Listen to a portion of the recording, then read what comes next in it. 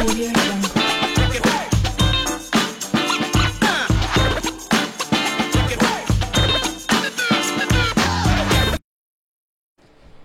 Yo, les gars, vous savez que j'ai un site web, non? Un site web qui regroupe les actualités XRP, un site web qui regroupe l'actualité concernant les métaux précieux, un site web qui regroupe tous les ICO que je juge qui sont très bons, comme StateX, et la vente c'est le 4 septembre, soyez prêts, et inscrivez-vous maintenant sur mon lien, et le lien est dans la description. Vous savez que sur mon site web, vous pouvez trouver des e-books. Jusqu'à date, il y a 4 e-books. Le 5e e-book arrive très très bientôt. D'autres opportunités crypto que vous ne connaissez pas. Et vous savez aussi que j'ai une boutique.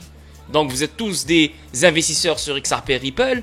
J'ai énormément de produits qui ont rapport avec XRP Ripple. Des couettes, des chaussettes, des t-shirts, des hoodies, des chapeaux, des casquettes, plein de choses, plein de matériel. Ok? Donc faites-vous plaisir et faites-moi plaisir. Utilisez mon site web, que ce soit pour l'actualité XRP, que ce soit pour l'actualité métaux précieux, que ce soit pour trouver des nouveaux ICO, que ce soit pour s'intéresser sur les e-books, que ce soit pour des produits vêtements concernant XRP Ripple. Faites-vous plaisir les boys, parce que le site web, il est pour vous. Ok? Deuxièmement, Decent Biometric Wallet. Protégez-vous. Je vous le dis, je vous le répète, protégez-vous. Parce que vous avez beau acheter ce que vous voulez acheter, mais si vous n'avez pas de protection, vous allez être dans la merde. Vous pouvez acheter Ledger, vous pouvez acheter Elipal, vous pouvez acheter SafePal, vous pouvez acheter tout ce que vous voulez. Moi, je préfère le Decent Wallet parce que jusqu'à date, le Decent Wallet a prouvé qu'il est très bon. Il n'y a pas de problème avec. Je collabore avec eux et pour me supporter ma chaîne, je vous invite à cliquer sur mon lien. En cliquant sur mon lien, vous économisez 30 $. Au lieu de 159 $, c'est 129 $. Maintenant, il y a deux types de wallet. Tu as l'appareil et tu as la carte. Donc c'est la même chose. Tout dépend de la stratégie que tu veux faire avec les deux. Maintenant, il y a des gens qui vont acheter que l'appareil. Il y a des gens qui vont acheter que la carte. Il y a des gens qui vont acheter les deux. Moi, j'ai les deux. Ok? En cliquant sur mon lien, vous économisez 5 $. Au lieu de 40 $, c'est 35 $. Ça a changé parce qu'avant, c'était 10 $ de rabais. Maintenant, il n'y a que 5 $ de rabais, malheureusement. Donc, moi, j'utilise les deux. Et pour avoir une meilleure sécurité, je propose les deux. Ok? Donc, pour supporter ma chaîne et pour me supporter, je vous invite à cliquer sur mon lien de All-in-One Card Wallet Decent et bien sûr l'appareil Decent Wallet. Les liens se trouvent dans la description pour les deux wallets et bien sûr pour mon site web aussi. Et pour finir, Bitrue. Je sais qu'il y a des gens qui n'aiment pas Bitrue, mais il y a des gens aussi qui n'aiment pas d'autres échanges. Moi, j'aime Bitrue. Pourquoi? Parce que Bitrue, c'est un validateur du XRP Ledger. Et Bitrue, il est basé sur XRP. Donc, tu as beaucoup plus de paires sur XRP que sur d'autres échanges. Ça fait 4-5 ans que je l'utilise. Et aussi, vous devez avoir beaucoup plus que 1 ou 2 ou 3 échanges. Parce que quand les choses vont exploser, il y aura trop de trafic et trop de monde sur les grands échanges. Donc, ça serait bien d'avoir le plus d'échanges possible, vérifier avec vos KYC, avec les plus grandes limites, pour que vous puissiez liquider vos actifs numériques le moment voulu. Donc moi, je possède j'ai un compte sur KuCoin, Binance, Bitrue, Uphold, Kraken, Bitstamp, Bittrex et d'autres encore. Donc j'en ai vraiment 10, quelque chose comme ça. S'il y en a 3 ou 4 que j'utilise souvent, Bitrue chaque jour presque, le reste, ils sont juste ouverts au cas où j'en aurai besoin. Ok? Donc je vous vois dans la vidéo statique d'aujourd'hui. Ciao. Salut la famille, comment va? C'est Lord Vendetta avec vous. J'espère que tout le monde va bien et j'espère que tout le monde passe un merveilleux mercredi. Salut à vous tous la famille. Une autre vidéo statique pour vous aujourd'hui. N'oubliez pas que ce soir à 21 h heure française, je serai en stream sur le Discord. On va parler opportunités, analyse technique et plein d'autres choses.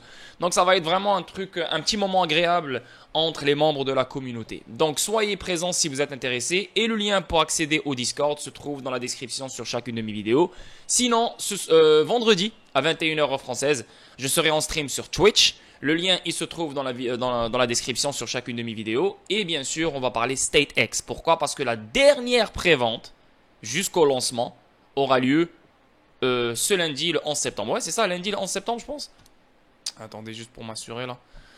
Lundi le 11 septembre, ça va être la dernière prévente, votre dernière chance de vous procurer des ESX à 0.0027, votre dernière chance avant le lancement, avant le listing. Ok, donc si vous êtes intéressé par ce projet-là, soyez présent ce vendredi à 21h heure française sur Twitch.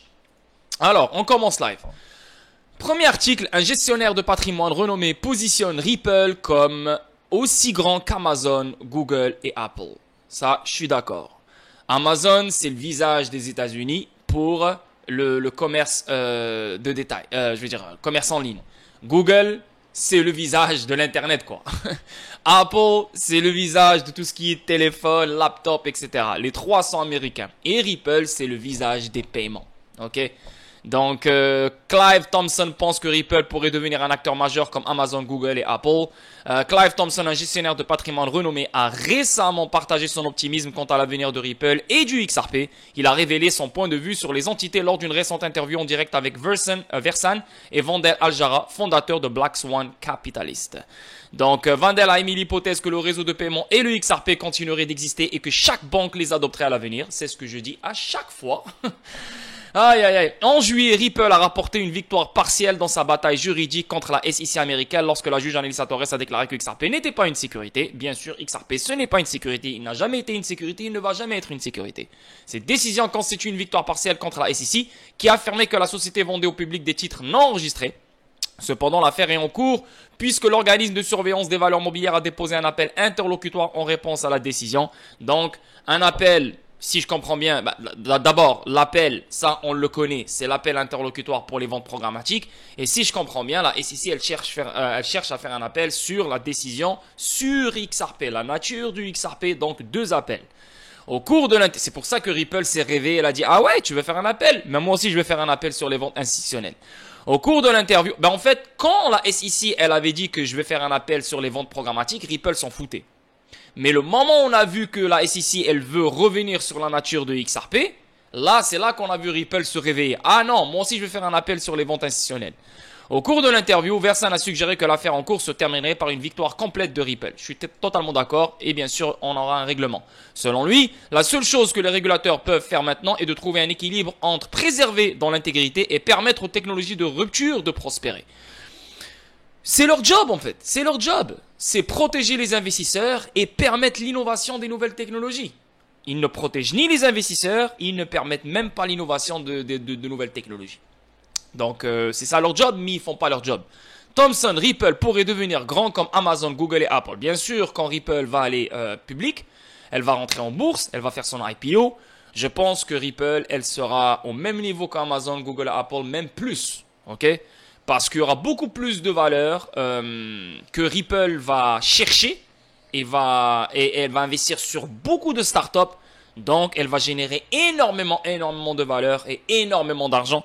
Donc, je pense fortement que Ripple, elle sera au même niveau qu'Amazon, Google et Apple, même les dépasser sur le long terme. Thomson était d'accord avec cette idée, affirmant qu'il espérait que Ripple pourrait devenir aussi grand que des géants mondiaux établis comme Amazon, Google ou Apple, et trop grand pour que la SEC puisse se battre. Thomson a déclaré que l'un des défis majeurs auxquels le secteur de la cryptographie a été confronté au fil des ans est l'incapacité de la SEC à mettre en œuvre des réglementations plus claires. Le gestionnaire du patrimoine a indiqué qu'il soutenait la décision du juge selon laquelle XRP n'est pas un titre et pense que Ripple sortira victorieux malgré l'appel de la SEC. En fait, l'appel n'est pas encore approuvé. Il n'y a que le feu vert pour créer une requête avec des arguments pour que la juge accepte l'appel de la SEC. Donc l'appel pourrait être accepté immédiatement, mais s'il est accepté immédiatement, le procès va être retardé, ou bien l'appel peut être rejeté, ou bien l'appel pourrait être accepté, mais plus tard, quand le procès finira. Donc j'y crois fort, Ripple sera au même niveau qu'Amazon, Google et Apple, c'est sûr et certain, même les dépasser sur le long terme. Ripple poursuit une société de transfert d'argent pour une facture XRP impayée de 15 millions de dollars. Ripple Labs Singapour engage une action en justice contre GCC Exchange, alléguant le non-respect par le défendeur de ses obligations de paiement concernant les transferts XRP. La branche singapourienne de Ripple Inc., Ripple Labs Singapour PTE Ltd, a intenté une action en justice contre GCC Exchange, une société de technologie financière basée au Royaume-Uni. Selon un rapport de Law 360, Ripple Singapour affirme que GCC Exchange n'a pas rempli ses obligations financières pour plus de 40 000 transferts d'unités XRP, s'élevant à 13,8 millions d'euros. Notamment, les transferts ont été exécutés dans le cadre d'un accord de fourniture conclu par les parties l'année dernière. Le procès est devenu public récemment, bien que Ripple Singapour ait déposé des accusations auprès de la Haute Cour de justice d'Angleterre et du Pays de Galles en juillet 2023. Dans le dossier, Ripple allait que la GCC Exchange a violé les termes de l'accord en négligeant de régler les factures impayées pour ses unités XRP retirées. Et je pense que ça a rapport avec la ligne de crédit. En plus de demander le paiement des factures impayées, Ripple Singapour souhaite également que GCC verse une compensation supplémentaire pour l'accumulation de frais de retard. Pendant ce temps, Ripple et GCC se sont abstenus de publier des commentaires publics concernant les procédures judiciaires. Service d'échange GCC. Pour le contexte, GCC Exchange fournit des services de change et de transfert d'argent. La société propose des services de transfert de fonds transfrontaliers dans plus de 100 pays dans les Émirats Arabes Unis. Donc, il utilise ODL ici. Et rappelez-vous que Ripple offre un service qui s'appelle ligne de crédit pour que les entreprises comme GCC Exchange, s'ils n'ont pas le capital ou la trésorerie pour faire le paiement transfrontalier, ils peuvent utiliser la ligne de crédit que Ripple leur offre. Donc, ils peuvent faire des paiements transfrontaliers sans avoir l'argent pour faire les paiements transfrontaliers. Donc, c'est comme un crédit en fait. Je pense que c'est ça le problème. Et GCC Exchange n'a pas payé. Voilà, tous ces transferts, 40 000 transferts, ils disent. De plus, GCC Exchange propose une API de module de paiement pour les commerçants mondiaux, une initiative qui en fait un acteur important dans le secteur des technologies financières. Ripple Labs toujours impliqué dans un procès contre la SEC, alors que blablabla, on va pas parler de la SEC, on connaît exactement ce qui se passe avec la SEC. Dans le dossier, Ripple Inc. a déclaré que si le tribunal faisait droit à la demande d'appel interlocutoire de la SEC, il déposerait également un appel incident concernant la décision relative aux ventes institutionnelles de XRP, c'est ce que j'ai expliqué tout à l'heure. Il convient de mentionner que le tribunal a considéré les ventes antérieures directes de Ripple à des investisseurs institutionnels comme un contrat d'investissement, blablabla. Notamment, la SEC a jusqu'au 8 septembre pour répondre à l'opposition de Ripple. Passé ce délai, le tribunal décidera d'accorder ou non la demande d'appel interlocutoire de la SEC. Donc, la SEC est là jusqu'à après-demain. Donc, vendredi, elle doit répondre à l'opposition de Ripple. Si elle ne répond pas à l'opposition de Ripple, le tribunal va trancher. Donc, on aura sûrement une réponse concernant l'appel, s'il a été rejeté ou accepté, je pense, ce mois-ci ou le mois d'octobre. Facile. Donc là, maintenant, tous les yeux sont sur la SEC. Est-ce que la SEC va répondre à l'opposition de Ripple? Parce que Ripple, rappelez-vous, elle a sorti des arguments fiables, comme quoi la SEC ne devrait même pas faire un appel et ça ne sert à rien, blablabla. Donc la SEC, elle sera capable de sortir les arguments très solides pour contrer l'opposition de Ripple. Je doute fort. Je doute de ça pour de vrai. Mais sinon, en même temps, le 7 et le 8, donc demain et après-demain, on a le Apex. Donc c'est l'événement annuel de Ripple. Pas Swell, je parle pas de Swell. Je parle de Apex. Là où David Schwartz, il explique les avancements, le développement du XRP Ledger, etc. Donc il y aura beaucoup de développeurs qui vont parler, qui vont nous donner énormément de news et d'informations concernant le XRP Ledger. Et ça va commencer demain. Donc, et le 8, la SEC doit répondre à Ripple. Si elle ne répond pas, la juge va trancher avec ce qu'elle a. Voilà. Et si elle ne répond pas, la juge, je pense fortement qu'elle va rejeter l'appel. Voilà. Moi, je pense fortement qu'elle va rejeter l'appel. Mais si la SEC vient avec des arguments incroyables, miraculeux, quelque chose comme ça, oui, là, on pourrait dire que l'appel pourrait être ou bien accepté maintenant, donc on retarde le procès et on fait l'appel, ou bien on finit le procès et après on fait l'appel. On avance, et ça c'est la news du jour. XRP va alimenter les transferts de fonds internationaux pour les banques des Philippines, du Vietnam et d'Indonésie via SBI Remit. XRP sera bientôt utilisé par les institutions bancaires de 3 autres pays asiatiques pour les envois de fonds internationaux alimentés par SBI Remit. Les banques des Philippines, du Vietnam et d'Indonésie auront accès aux transferts internationaux via XRP alimentés par l'unité de transfert d'argent de SBI. Donc, vous voyez, c'est ce que je vous dis sur chacune de mes vidéos. Toutes les banques de ce monde vont utiliser XRP. David Schwartz, il l'a dit lui-même. Les banques n'auront plus besoin de posséder plein de comptes avec plein de devises différentes. Donc, c'est ce qui permet le préfinancement. Les banques auront besoin d'un seul compte qui détient une devise qui est utilisée comme un mécanisme de règlement universel. Voilà, donc ça c'est les mots de David Schwartz, c'est pas moi qui le dis. Maintenant, il y a des gens, et je les salue, XRP Army, c'est un membre du Discord, il m'a écrit tout à l'heure sur YouTube, il m'a dit je ne suis pas d'accord avec toi, et c'est correct, moi j'aime les gens qui me challenge, pas qui me challenge, mais qui posent des questions intéressantes Parce que même moi, ça m'aide à comprendre. Peut-être que je fais une erreur, peut-être que j'ai fait une erreur, peut-être que j'ai mal expliqué ou quelque chose. Donc, moi, ça m'aide à comprendre moi aussi. Je connais pas tout. Même moi, ça se peut que David Schwartz, si j'ai la chance de parler avec David Schwartz, il va me dire, ouais, tu vois, tout ce que tu dis depuis je sais pas combien de temps, bah, cette partie-là est mauvaise, c'est mal expliqué, cette partie-là, elle est bonne. Tu vois? Donc, j'essaie, comme vous, de comprendre les choses et d'expliquer les choses de la meilleure façon. Donc, XRP Army, je vais lui répondre. Et j'ai déjà répondu à son commentaire sur YouTube. Il a dit comme quoi il n'était pas d'accord avec moi parce que... Attends, je vais le lire. Je vais le lire pour que j'ai pas envie de faire... parce qu'il m'a écrit un grand texte. Et j'ai pas envie de dire n'importe quoi. Attendez, là, je vais le sortir ici. Contenu de la chaîne. Commentaire. Boum.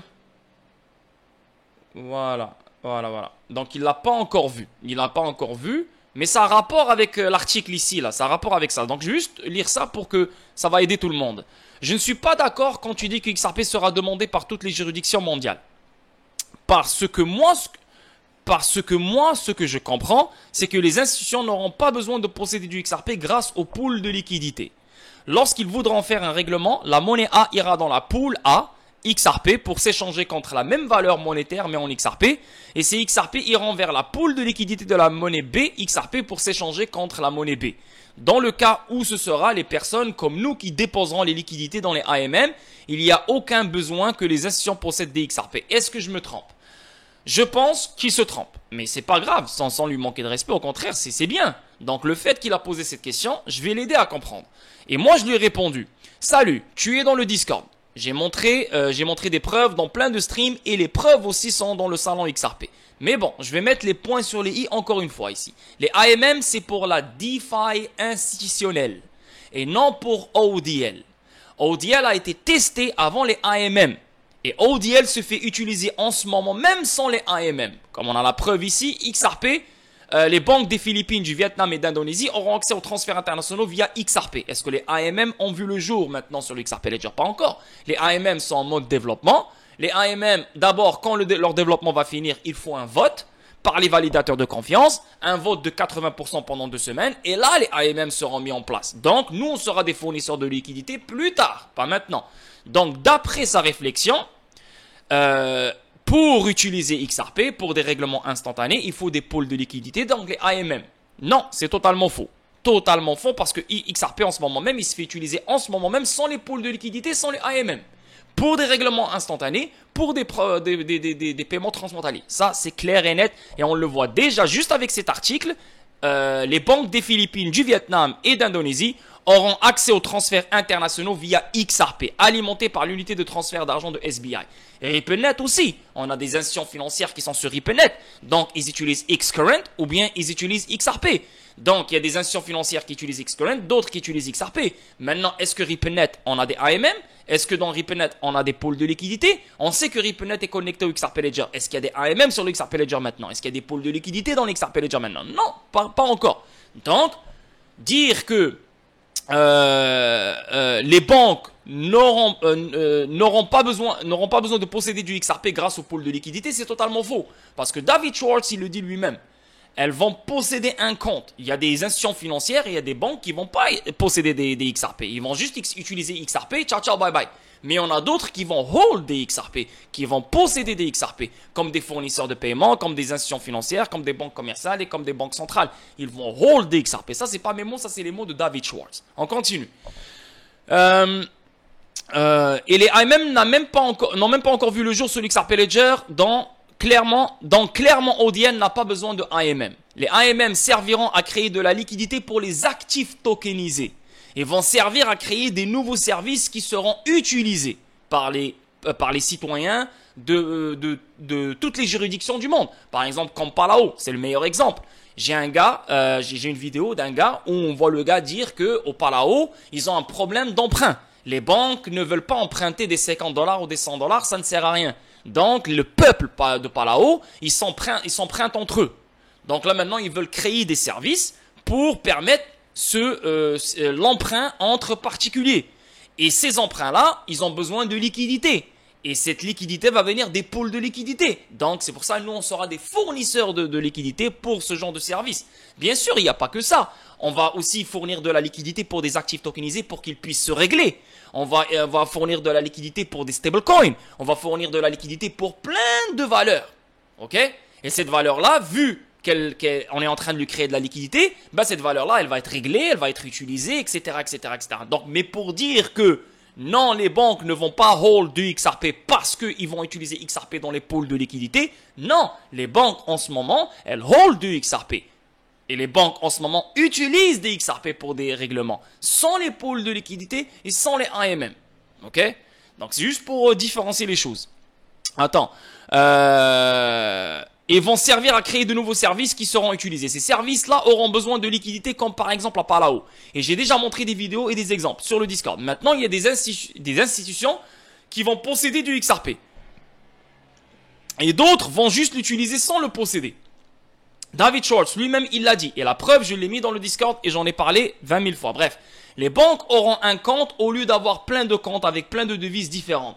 De cette façon, on élimine le préfinancement et on débloque de la liquidité. Les AMM, c'est pour créer de la liquidité. Donc, on va fournir de la liquidité. En utilisant ODL, on débloque de la liquidité. Maintenant, David Schwartz a dit ça dernièrement. Et là, David Schwartz, qu'est-ce qu'il a dit dernièrement? Ça, c'est vrai, c'est un article qui vient de sortir. David Schwartz a annoncé que la société envisageait d'intégrer les services d'échange décentralisés DEX dans ses produits de liquidité à la demande ODL. Bien que l'ODL ne prenne actuellement pas en charge le DEX, Schwartz pense qu'il est possible d'intégrer le DEX et les services de teneur de marché automatisés, donc les AMM. Donc, ils vont les marier ensemble pour créer de la liquidité aux stablecoins. Il l'a dit lui-même. Ça a rapport avec les stablecoins. Donc là, on va marier le ODL avec les AMM dans le DEX pour créer de la liquidité. Mais ODL en tant que tel, qui est XRP, qui est utilisé pour les règlements instantanés, qui est utilisé pour les paiements transfrontaliers, n'a pas besoin de pool de liquidité, n'a pas besoin de AMM. C'est ça le message que je veux lancer. Ok? Donc, ils vont les marier ensemble pour créer de la liquidité au stablecoin. Selon Monsieur Schwartz, l'intégration réussie des services DEX dans l'ODL dépend de la disponibilité de stablecoins stables et robustes, indexés sur les principales devises, telles que l'USD ou l'euro stablecoin. Donc, on crée de la liquidité pour les stablecoins. Il a noté que les stablecoins actuels ne sont pas suffisamment matures pour répondre à ces exigences, mais il espère voir émerger des stablecoins de la haute qualité à l'avenir. Ah, ok, ça s'est rapide, je l'ai répété 2 fois. Wow.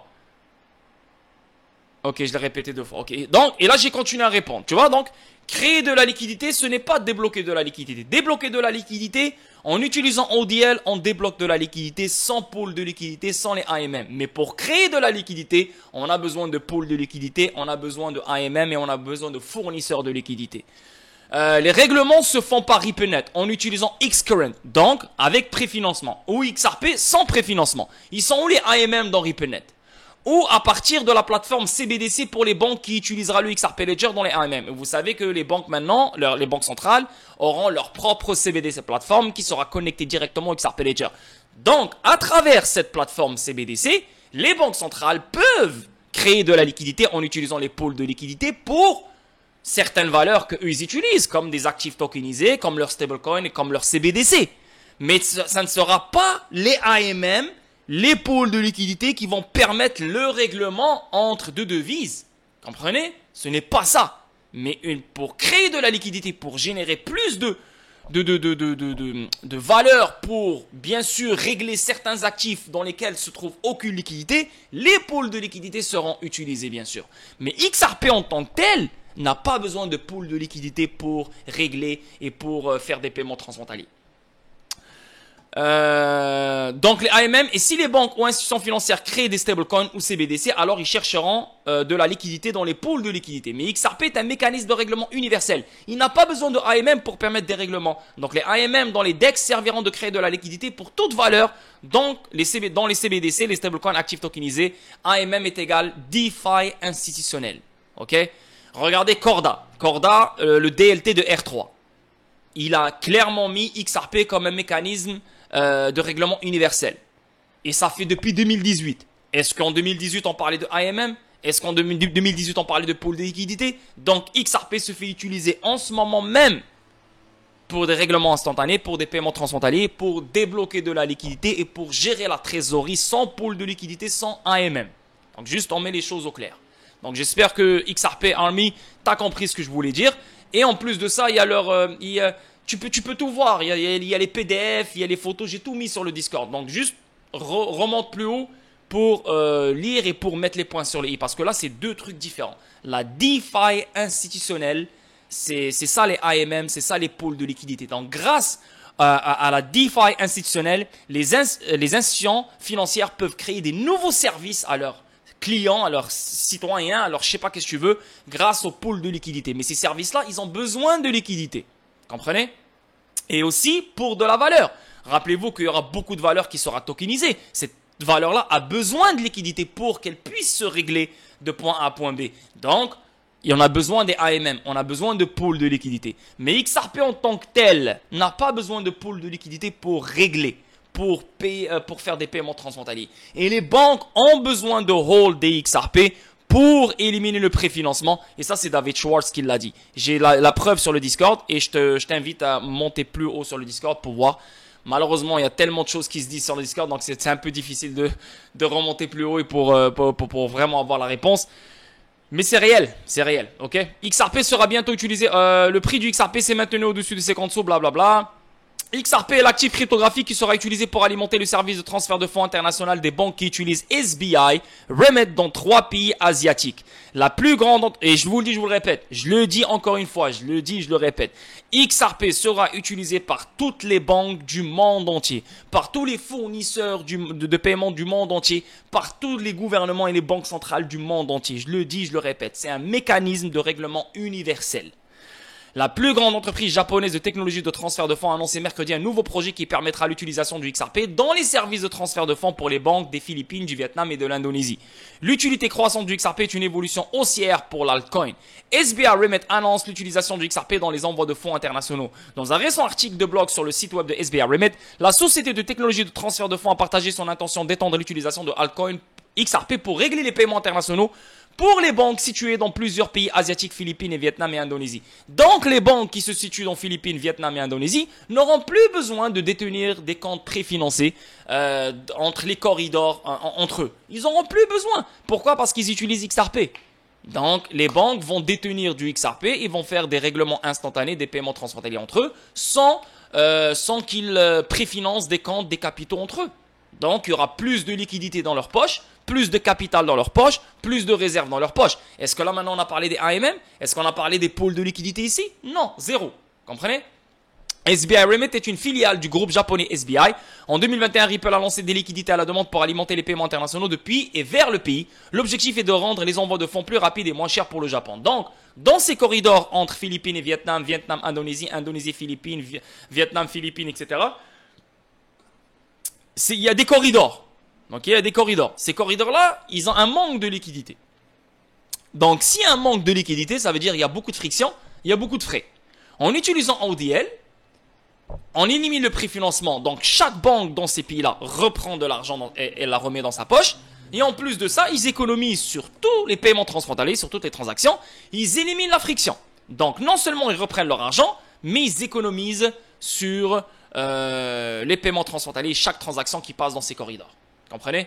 Le cabinet étant un service similaire à ses clients bancaires situés dans ces pays asiatiques, SBI Remit a déclaré qu'il utiliserait XRP pour réduire le coût et le temps d'attente liés aux envois de fonds internationaux. Et en plus de ça, ça prend 3 à 5 jours ouvrables, même une semaine.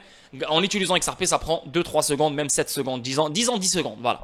La société utilise déjà l'XRP comme monnaie numérique de choix pour ses envois de fonds et ses transferts et comme pont entre deux monnaies légales. C'est exactement ce que Corda fait. Hein. Donc Corda, c'est quoi? C'est le DLT de R3. Et elle a choisi XRP comme choix numéro 1 pour des règlements internationaux universels. Donc pareil avec SBI. En étendant ce service aux banques des pays asiatiques, SBI Remit augmentera probablement l'utilité de l'altcoin. La banque prévoit de déployer le service d'ici fin septembre. Ouh, c'est très très bientôt là. Et en plus de ça, en étant un bridge currency entre deux monnaies légales, les monnaies, les CBDC, ça c'est la BIS, donc la BIS, la banque centrale des banques centrales, donc la BRI. Elle l'a dit elle-même, avec des projets, je me rappelle plus quel projet, est-ce que c'est projet Roseline, ou projet Dunbar, ou projet Mariana, je me rappelle plus. Il y a tellement de projets. Ils ont dit, les CBDC n'ont plus besoin de quitter leur juridiction. Pourquoi? C'est quoi les Vostro et c'est quoi le Nostro? Le Nostro permet... Vostro, Nostro. Nostro, Vostro. Ouais, Vostro ou Nostro? Attends, j'ai fait un tweet dessus. Attends, je vais aller vous chercher le tweet que j'ai fait dernièrement. Là, ça va prendre un tout petit peu de temps, là, les gars. Attendez-moi un peu. Je vais aller sur Notification. On va voir si... Juste un petit moment, les gars. Ça s'en vient. Boum, boum, boum. Voilà. Donc là, je vais répondre à ça. Donc, la société utilise déjà le XRP comme monnaie numérique de choix pour ses envois de fonds et ses transferts et comme pont entre deux monnaies légales. C'est ce que je viens de vous dire. Qu'est-ce que je viens de vous dire? Je viens de vous dire que les CBDC ne vont plus quitter leur juridiction. Pourquoi elles ne vont plus quitter leur juridiction? Donc, d'abord, j'ai fait le tweet. C'est pour ça que je fais des tweets comme ça, mais malheureusement, personne ne les lit. C'est pas grave. Un compte Vostro est un enregistrement d'argent détenu par une banque ou dû à une banque par un tierce, qu'il s'agisse d'un particulier, d'une entreprise ou d'une autre banque. Le compte Nostro est un moyen de suivre la part de l'argent de la banque détenue par l'autre banque. Donc, le compte Vostro est un enregistrement d'argent détenu par une banque. Donc, il y a un capital endormi détenu par une banque. On élimine ça avec XRP. Et le Nostro, c'est quoi? C'est quoi le Nostro? Est un moyen de suivre la part de l'argent de la banque détenue par l'autre banque. Donc, on est en train de suivre qu'est-ce que l'autre banque elle est en train de faire avec ce capital. Et les banques, vous le savez, elles ne se font pas confiance. Donc, comment on élimine le fait que des banques peuvent surveiller d'autres banques? Comment on élimine le fait que des banques doivent mettre des capitaux endormis dans des comptes pour pouvoir transacter entre elles? C'est pour ça que Nostro Vostro sera éliminé par XRP. En utilisant un bridge currency, les CBDC n'auront plus besoin de quitter leur juridiction. Donc, aucune banque ne pourra vérifier ou surveiller qu'est-ce que l'autre banque détient. Pourquoi? Parce que chaque juridiction et chaque banque va détenir ses propres CBDC. Et pour faire des paiements transfrontaliers universellement, on a besoin de détenir que des XRP. Tu comprends? Donc c'est pour ça ici les AMM et les pôles de liquidité n'ont aucun rapport pour cet angle-là. Mais les AMM et les pôles de liquidité sont nécessaires pour la DeFi institutionnelle. Générer de l'argent, générer de la liquidité, générer n'importe quel, je sais pas qu'est-ce qu'ils auront besoin pour subvenir aux besoins, que ce soit leurs clients, des citoyens ou n'importe. Tu comprends? Donc c'est pour ça que XRP ici, il est très nécessaire. En revanche, avec Nostro, les CBDC se profilent à l'horizon. Ces monnaies numériques permettent à chaque banque de suivre facilement le montant de CBDC détenu dans d'autres banques en utilisant le système existant. En intégrant XRP dans leur opération, les banques ne suivront plus combien d'argent est détenu entre elles, garantissant ainsi que les CBDC restent dans leurs juridictions respectives. En résumé, un seul compte XRP est nécessaire, XRP pour servir de monnaie de règlement universelle. Ok? Donc là maintenant on va parler des AMM. Donc là, on va parler des AMM. Un consultant en blockchain explique comment les détenteurs de XRP peuvent profiter du prochain AMM de XRP Ledger sans risquer un seul jeton XRP. Il y a un risque. C'est un mensonge. Les gens qui te disent non, sans risque. Il y a toujours un risque. No matter what ce que vous faites, même si vous marchez dans la rue, il y a un risque pour mourir. Tu vois, que Dieu vous protège. Mais il y a un risque dans tout. Ok? Donc là maintenant on va parler des AMM et là on va essayer de comprendre pourquoi les AMM vont voir le jour, pour quelles raisons. Le consultant blockchain Panos Mekras, fondateur de Digital blablabla, la version la plus récente de la proposition XLS30, révisée le 4 août 2023 par le Dr Anshal Malhotra, responsable de la recherche chez RippleX, et David Schwartz, CTO de Ripple, vise à intégrer directement les teneurs de marché automatisés non dépositoires dans l'échange décentralisé du XRP Ledger. Donc là on parle du DEX. Donc, l'échange du XRP Ledger, on va ajouter les teneurs de marché automatisés, les AMM. La proposition décrit une approche innovante parce que ce que vous devez comprendre, les AMM dans le DEX, c'est vraiment du trading. Ok, c'est vraiment du trading. Ok, la proposition décrit une approche innovante de partage des bénéfices qui permet aux fournisseurs de liquidités de capter une grande partie des bénéfices habituellement réalisés par les arbitragistes. C'est pour ça que moi, j'attends ça avec impatience. On va pouvoir créer un revenu passif avec nos XRP sans vendre nos XRP. Mais bien sûr, il y aura un risque. Tout dépend, qu'est-ce que tu veux. Si tu veux beaucoup de récompenses, donc tu dois prendre beaucoup de risques. Si tu veux un peu de récompenses, tu vas prendre moins de risques. Ceci est rendu possible par la vente perpétuelle aux enchères des avantages commerciaux aux arbitragistes et en leur imposant des frais qui sont ensuite répartis dans les fournisseurs de liquidités. Dans le cadre XLS30, chaque instance AMM est conçue pour prélever un écart sur les frais de négociation lorsque les transactions modifient les ratios de jetons au sein de leur pool de liquidités. Ces frais collectés sont ensuite canalisés vers le pool de capitaux de AMM, amplifiant ainsi les rendements pour ceux qui fournissent des liquidités. De plus, les actionnaires les plus importants au sein de chaque instances de AMM sont dotées de droits de gouvernance, leur accordant le pouvoir de déterminer les frais de négociation perçus par cette instance particulière. Donc là, maintenant, on a compris. Au lieu que les arbitragistes gagnent, c'est toi qui gagnes. Okay? Parce que tu fournis des XRP dans certains pools de liquidités universelles qui seront utilisés par des banques, par des fournisseurs de paiement, par je sais pas qui d'autre. Okay? La proposition envisage également une interface fluide entre les systèmes de négociation basés sur AMM et basés sur le carnet d'ordre limité sur le XRP Ledger DEX.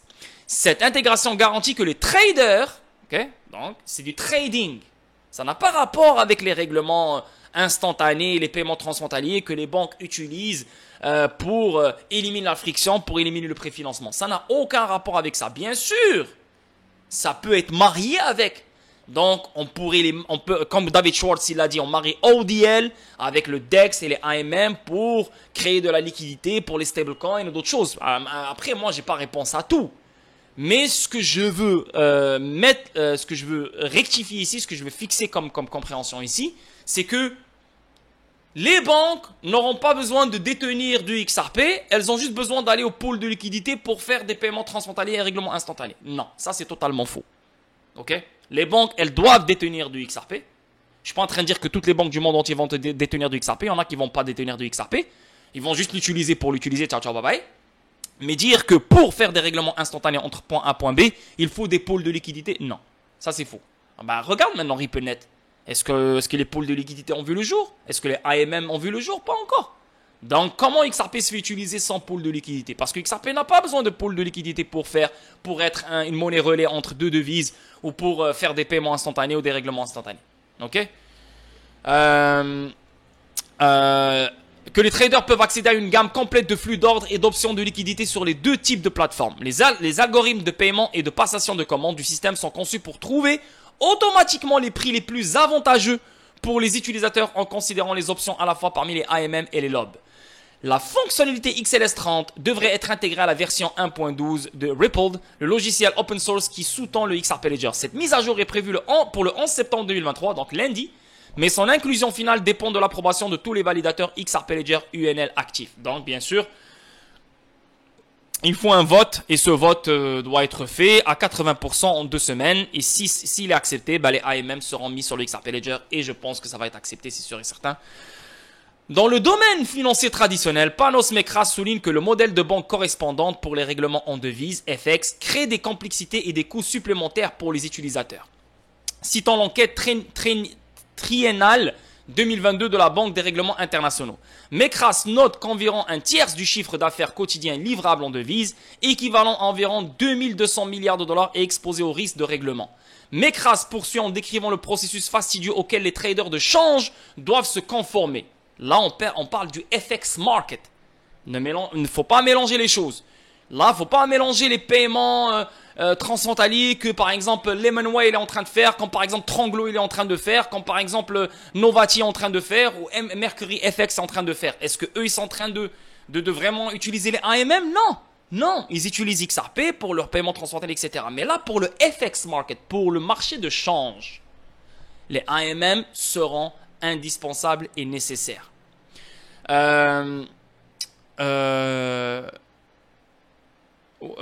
Doivent déposer... Attends. Ouais. Mekras poursuit en décrivant le processus fastidieux auquel les traders de change doivent se conformer. Au départ, les traders doivent déposer des fonds sur le compte de leur courtier, ce qui entraîne des frais. Par la suite, le courtier soumet la transaction à une banque qui facture également des frais. Enfin, la banque finalise la transaction sur le marché libre, moyennant des frais supplémentaires. Mekras observe que de manière surprenante, le Forex, tu vois, le Forex, FX market, c'est pour ça que SBI a testé XRP dans le Forex market, un marché de 6,6 trillions de dollars. Donc ça, on sait depuis toujours que XRP sera utilisé dans le FX market. Mais pour créer de la liquidité pour certaines devises dans le FX market, il faut les AMM, il faut les pools de liquidité, il faut créer de la liquidité pour ces devises. Là, ça fait du sens. Mais pas pour des règlements instantanés entre deux banques, etc. pour gérer la trésorerie ou un truc du genre. Ou éliminer le préfinancement. On n'a pas besoin de pôle de liquidité, on n'a pas besoin de AMM pour ça.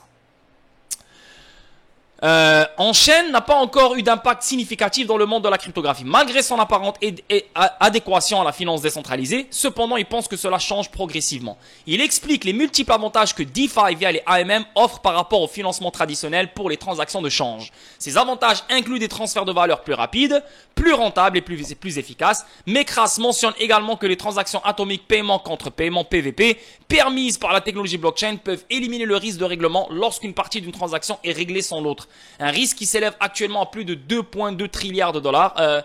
Trilliards de dollars. Selon Mekras, les AMM utilisent des propriétaires d'actifs passifs comme fournisseurs de liquidités pour accroître la profondeur du marché, atténuer le risque de crash soudain du marché et offrir une liquidité continue par opposition au marché qui ferme le week-end et les jours fériés. Donc les AMM vont créer une liquidité continue qui sera utilisée d'une façon continue chaque jour, 24 heures sur 24, 7 jours sur 7 pour plein de choses. Pas juste FX, pour plein de choses, des choses qu'on ne connaît même pas. Même bien sûr, si ça peut aider bien sûr, les règlements instantanés, les paiements transfrontaliers dans des corridors gris. Donc on va créer de la liquidité pour pouvoir subvenir aux besoins de certains corridors, etc. Donc ça peut se faire, mais ce n'est pas les banques ne vont pas utiliser XRP, ne vont pas détenir de XRP, les banques vont utiliser XRP dans les pools de liquidité seulement. Non, ça je suis pas d'accord et c'est totalement faux. Mekras souligne l'énorme opportunité qui nous attend avec le prochain XRP Ledger AMM. Il suggère que les devises en chaîne pourraient être adoptées par divers réseaux de paiement comme Ripple, les institutions financières, les entreprises et même les commerçants individuels. Ces entités peuvent négocier des devises et fournir des liquidités, percevant ainsi des commissions sur les activités de trading de devises. Pour ceux qui détiennent du XRP mais hésitent à le risquer, Mekras conseille de se concentrer sur les paires de devises comme USD, euro. Il fait valoir que si les principaux acteurs s'engagent dans l'AMM, les fournisseurs de liquidités individuels et les traders auront toutes les chances de gagner des revenus substantiels avec un risque et une volatilité des actifs minimes. Mekras discute également des avantages potentiels du change en chaîne pour les petites et moyennes entreprises. Il note que les méthodes traditionnelles de couverture des risques de change, telles que le recours à des plateformes multiconcessionnaires ou un seul courtier, peuvent être coûteuses et pourraient ne pas être accessibles aux PME. En fait, les AMM vont éliminer les courtiers. Il n'y a plus de courtiers. Voilà.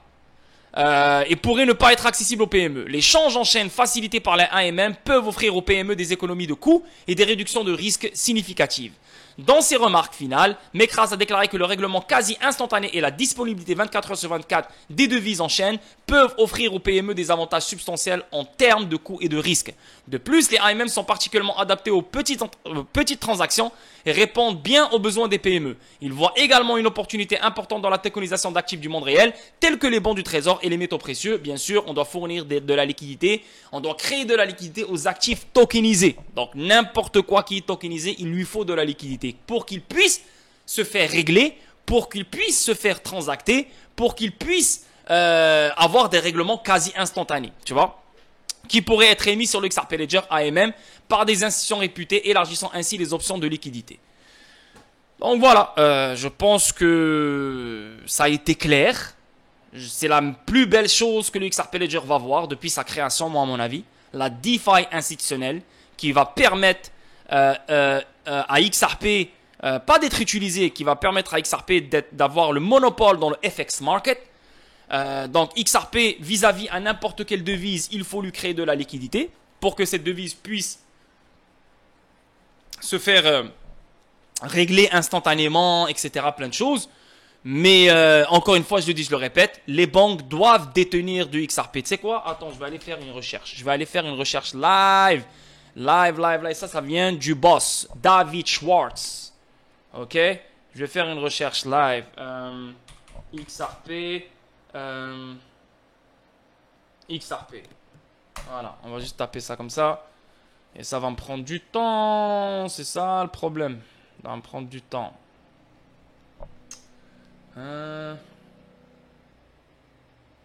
Ah, là, j'ai trouvé direct. Là, voilà. Voilà, j'espère, XRP Army, tu vas regarder cette vidéo. Je l'espère. Check, ça fait 5 ans. 5 ans, David Schwartz. Ça fait 5 ans. Les AMM n'ont même pas... Ils n'étaient même pas encore dans la discussion. Nous pensons avoir construit un système de paiement RippleNet tellement meilleur que les systèmes de paiement existants, que les banques l'utiliseront, mais les paiements doivent encore être réglés d'une manière ou d'une autre et cela implique généralement de passer par des banques correspondantes et des comptes non Strovostro. C'est cher et lent. À mesure que RippleNet se développe, de plus en plus de paiements ne rencontreront aucun obstacle technique pour être réglés par XRP, au lieu de l'ancienne et lente méthode. Ensuite, à mesure que nous faisons fonctionner XRP pour ces corridors, comme nous l'avons déjà fait avec XRapid pour USD et le pesos mexicain, ces paiements peuvent facilement être réglés via XRP. Cela résout le problème de la poule et de l'œuf qui nous bloquait à l'origine. Très peu de banques étaient intéressées par un système de paiement capable de régler uniquement là où le XRP était utilisable. Et très peu de teneurs de marché étaient intéressés de créer des liquidités alors qu'il y avait très peu de paiements. Tu vois? Teneurs de marché. C'est quoi les teneurs de marché? C'est les AMM.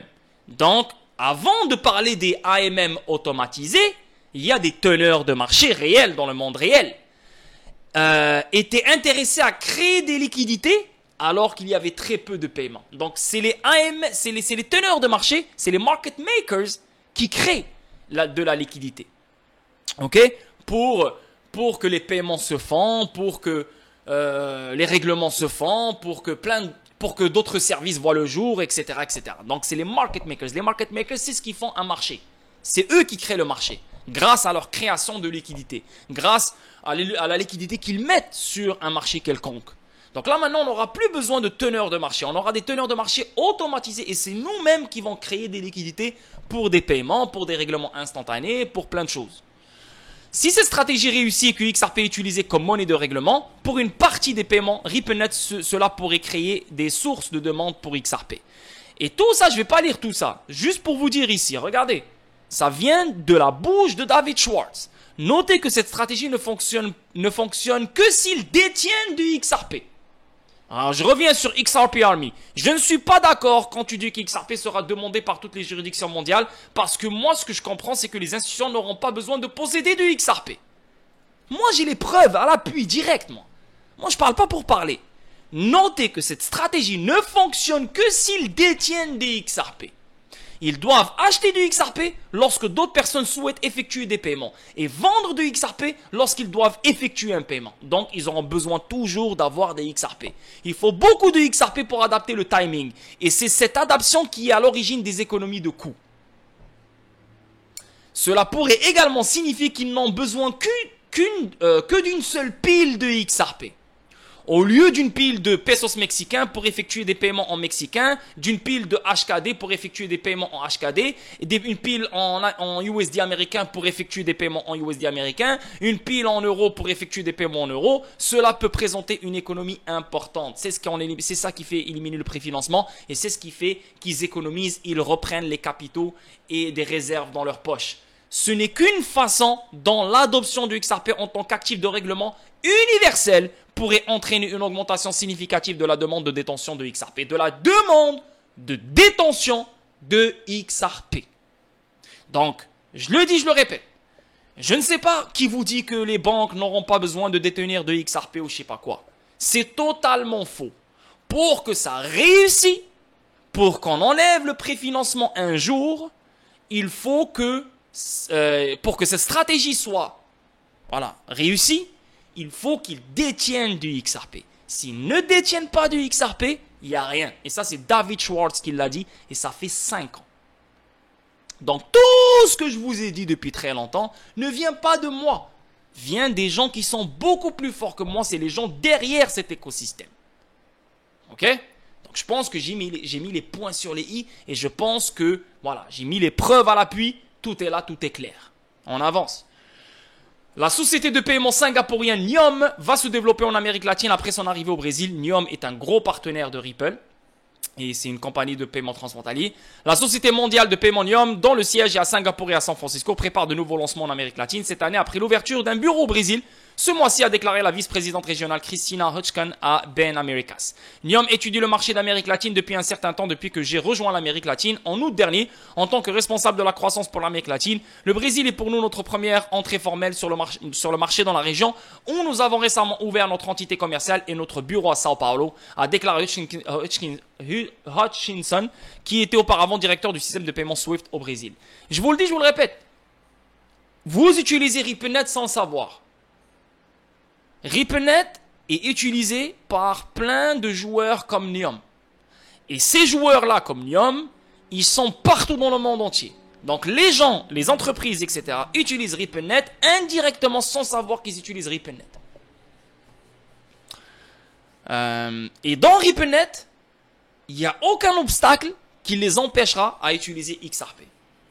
Et ils n'ont même pas besoin d'être sur RippleNet. Juste avec le réseau, ils peuvent se connecter au XRP Ledger, au chaîne latérale fédérée, et ils peuvent utiliser XRP pour des paiements transfrontaliers, etc. On continue. Ripple continue de vendre 10 millions de XRP après avoir déposé une opposition à la demande d'appel de la SEC. Et Ripple, elles ne vont pas. Ils le disent comme si elle est en train de se débarrasser des XRP sur le marché secondaire. Elles vendent des XRP aux fournisseurs ODL. Yeah. Et là, on le voit, c'est Bitstamp. Donc, c'est Bitstamp.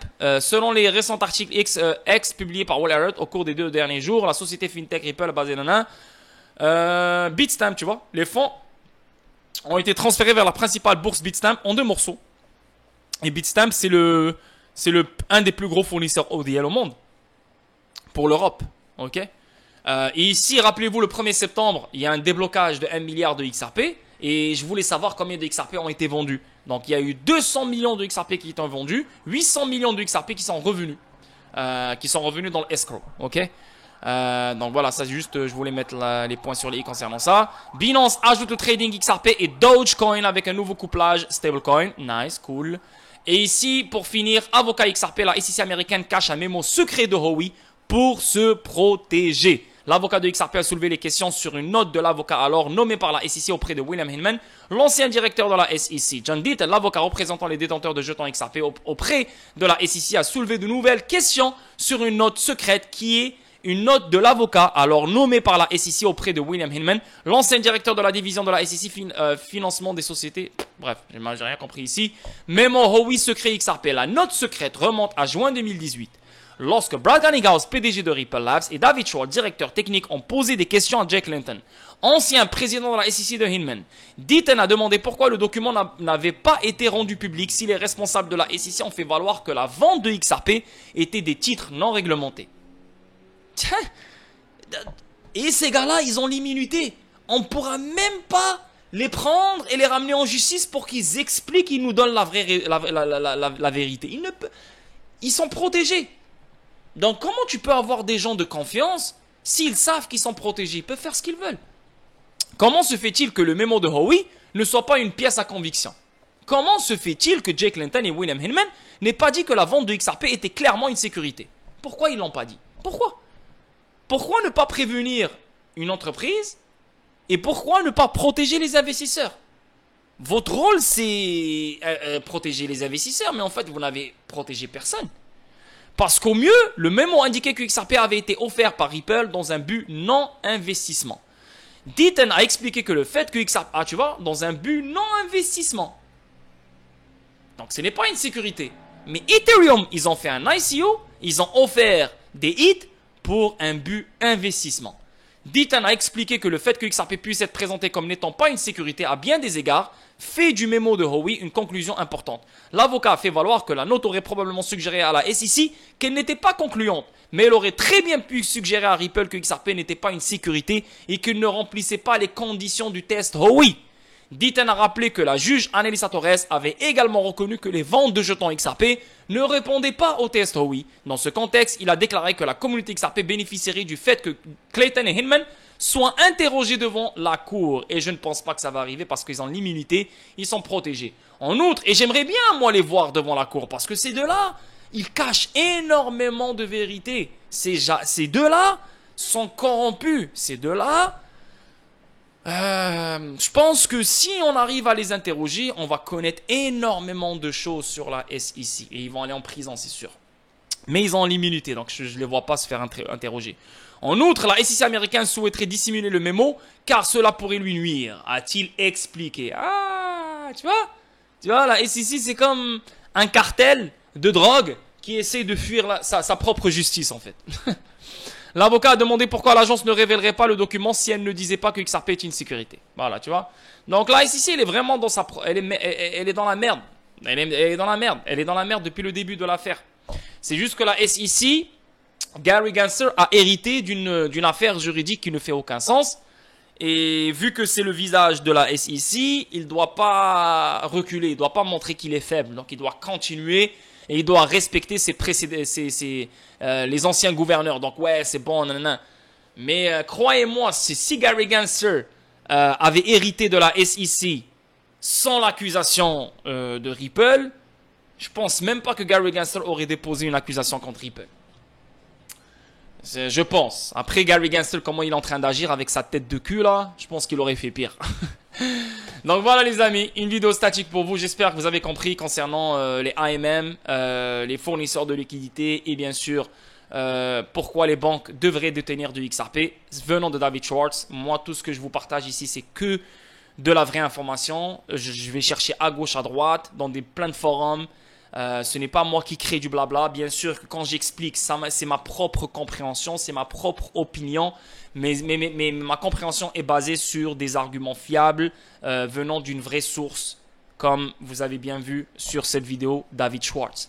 Donc, les gens qui disent que les juridictions et les institutions n'ont pas besoin de posséder du XRP, ils ont juste besoin d'utiliser les pôles de liquidité. J'ai un truc à leur dire. Les pôles de liquidité n'existent pas encore sur le DEX du XRP Ledger. Donc, comment tu veux que XRP se fasse utiliser dans les pôles de liquidité?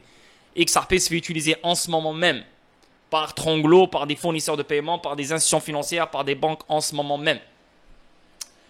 Et comme David Schwartz il a expliqué, pour que on élimine les comptes nostro-vostro, il faut détenir du XRP. Une seule pile de XRP au lieu de détenir plein de piles de devises différentes. Ok? Donc voilà les boys, j'espère que vous allez aimer. Prenez soin de vous, on se voit demain pour une autre vidéo statique. Sinon ce soir, sur le Discord, stream à 21h heure française. Ciao tout le monde, peace.